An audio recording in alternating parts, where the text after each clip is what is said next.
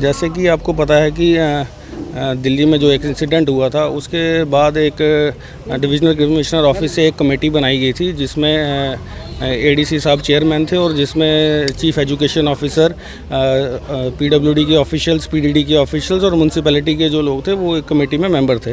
तो उसके तहत जो है क्या बोलते हैं, हमने शहर के जो कोचिंग सेंटर और प्राइवेट इंस्टीट्यूशंस हैं उनकी एक इंस्पेक्शन की थी। तो उसमें ये पाया गया था कि कुछ लाइब्रेरीज़ जो हैं वो बेसमेंट में चल रही हैं। तो जो कल हमने कार्रवाई की वो 3 लाइब्रेरीज़ थी जो बेसमेंट में चल रही थी, जिसमें 2 रीडिंग कैरियर करके थी और एक थी तक्षशिला लाइब्रेरी।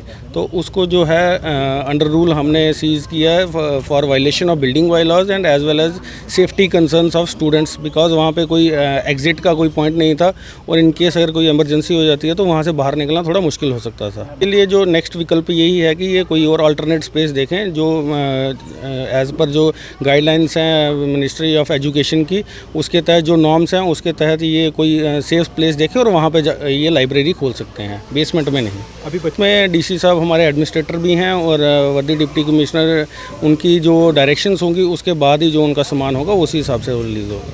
Thank you.